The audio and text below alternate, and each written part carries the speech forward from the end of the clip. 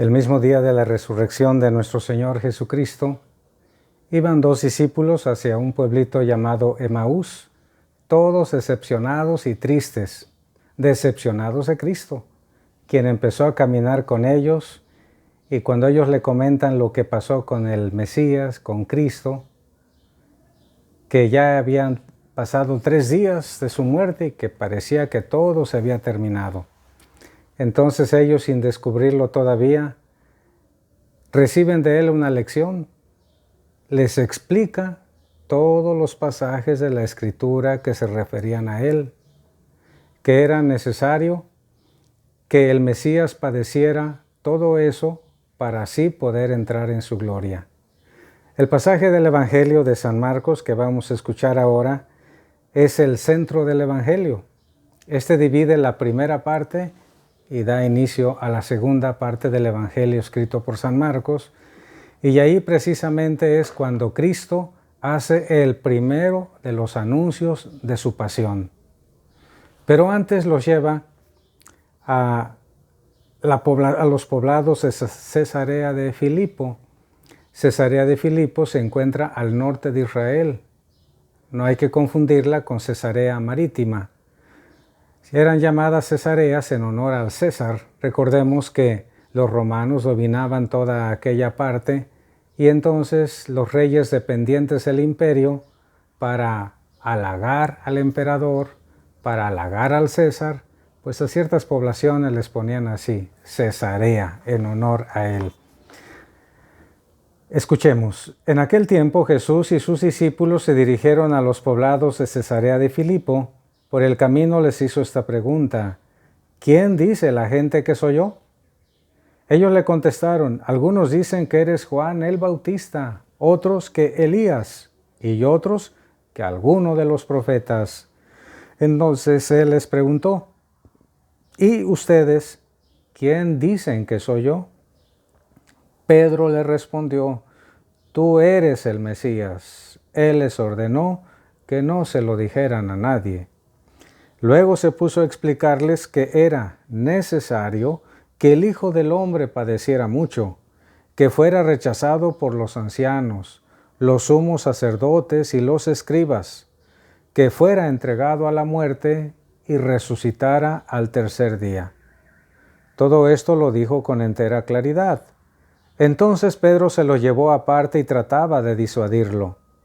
Jesús se volvió y mirando a sus discípulos, reprendió a Pedro con estas palabras: apártate de mí, Satanás, porque no juzgas según Dios, sino según los hombres.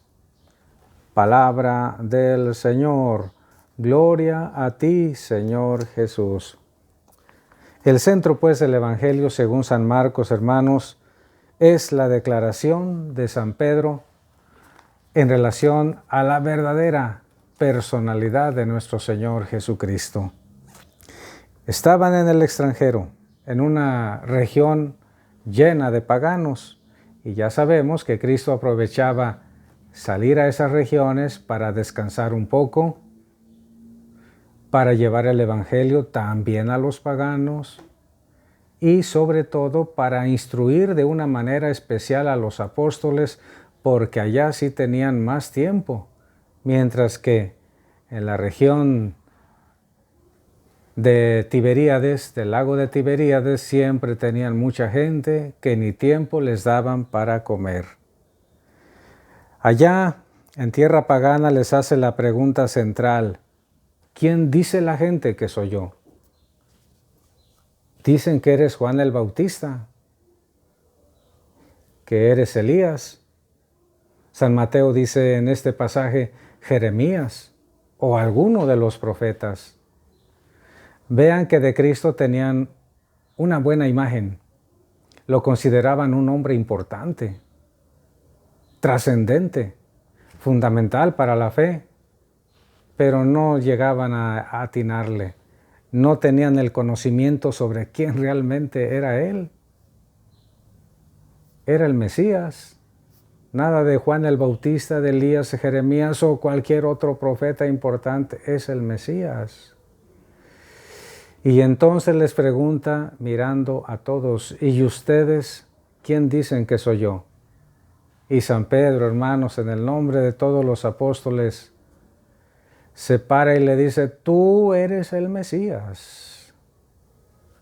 Gran verdad inspirada por Dios. Decirle a Jesús, tú eres el Mesías, tú no eres Juan ni Jeremías, ni ningún otro personaje importante, eres el esperado de los fieles. Eres el prometido desde antiguo por los profetas. Ya no tenemos que esperar a más. Y esta pregunta, hermanos, recordemos, también Cristo nos la dirige a cada uno de nosotros. ¿Qué dices tú? ¿Quién es Cristo para ti? ¿Quién es Jesús para ti? ¿Qué podríamos nosotros decir, hermanos, en particular? O tú que escuchas esto, si Cristo te preguntara en este momento, ¿quién soy yo para ti? ¿Qué le dirías? ¿El Mesías? ¿El Redentor? ¿El Rey de Reyes? ¿Señor de señores? Pero ¿qué le diríamos no solamente en conceptos que hemos aprendido, sino algo que del corazón nos naciera? ¿Quién es realmente Jesucristo para nosotros? Porque esto, hermanos, es fundamental, que influye de manera determinante en nuestra vida religiosa. ¿Qué concepto tenemos de nuestro Señor Jesucristo? ¿Qué idea? ¿Qué sentimiento tenemos para Él en el corazón? Al escuchar estas palabras, claramente que el Señor nos interpela, que el Señor nos pregunta, y llamándonos por nuestro nombre, nos cuestiona, ¿quién soy yo según tú? Apenas San Pedro le había declarado, movido desde luego por Dios, por la gracia del Señor, como el Mesías, Cristo se puso a explicarles que era necesario, ni siquiera conveniente o que pudiera suceder, era absolutamente necesario que el Hijo del Hombre padeciera mucho y fuera rechazado por los poderosos en Jerusalén, los ancianos, los fariseos, los escribas, las autoridades. Y entonces el semblante de los apóstoles habrá cambiado completamente. Que Pedro dijera que era el Mesías y ellos asintieran, quizás moviendo la cabeza o repitiendo que sí, ahora quedan consternados. ¿Cómo que va a padecer? ¿Cómo que va a sufrir?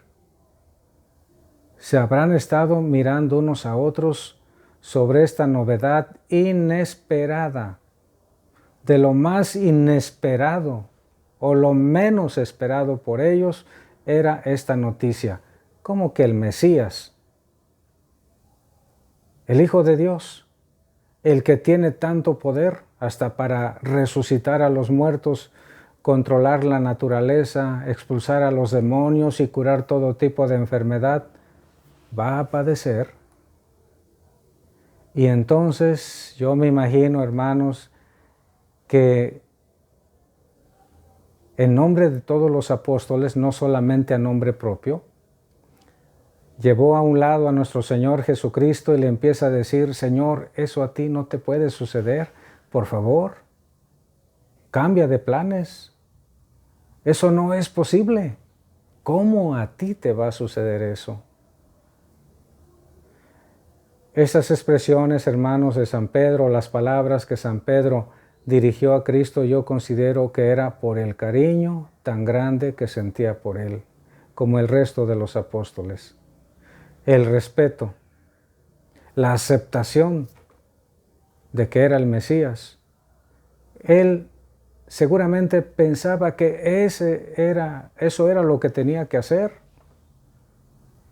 defenderlo de todo mal, defenderlo de todo ataque, defenderlo de cualquier cosa mala que otros quisieran hacer en contra suya. Y no esperaba estas palabras tan contundentes de Cristo.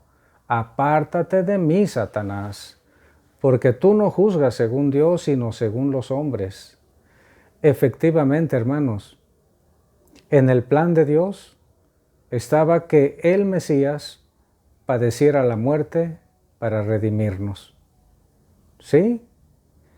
Y vean que Dios, siendo omnipotente, pudo haber salvado a la humanidad de muchísimas formas distintas, sin acudir al sufrimiento. ¿Qué necesidad tenía el Hijo de Dios hacerse hombre? ¿Qué necesidad tenía de ser pobre, de ser rechazado, incomprendido y encima recibir una muerte tan cruel, tan humillante? Pero ahí se manifiesta justamente el amor, el poder, la misericordia de Dios por el género humano. El Mesías tenía que padecer. Cristo se los anuncia por vez primera allá en Cesarea de Filipo. Es necesario que el Hijo del Hombre padezca mucho. Cristo, hermanos, a través de sus palabras, a través de sus milagros, fue revelando poco a poco a los apóstoles su divinidad, y ahora que lo han reconocido como Dios verdadero, como hombre verdadero, les da esta noticia tan tremenda, tan difícil de aceptar. Y bueno, hermanos, esa es justamente también nuestra situación, porque bien sabemos que todos debemos llevar una cruz, que todos llevamos una cruz, que todos tenemos un padecimiento, una pasión que soportar, pero la tenemos que vivir con humildad, con sencillez. Y cuando llegue este sufrimiento, hermanos, tenemos que aprender a unirlos al sufrimiento de Cristo en orden a nuestra propia salvación y la salvación de los demás. Padecer una enfermedad, un dolor en el alma, una pena moral, cualquier cosa que en la vida es una prueba, hermanos, tenemos que aprender como Cristo, que primero se padece porque la cruz es el camino de la resurrección. El que quiera seguirme, que tome su cruz y siga tras de mí. Por eso, hermanos, no hay que renegar nunca del sufrimiento. Aprendamos como el Señor después en la oración en el huerto: Padre, si es posible, que pase de mí este cáliz, pero que no se haga mi voluntad sino la tuya. También nosotros, Señor, yo te suplico, te rogamos, te pedimos, aparta de nosotros esta prueba, pero que se haga tu voluntad. Yo no voy a renegar, yo la voy a aceptar si tú así lo decides. La bendición de Dios Todopoderoso, Padre, Hijo y Espíritu Santo, descienda sobre todos y les acompañe siempre. Feliz y bendecido día tengan todos, queridos hermanos.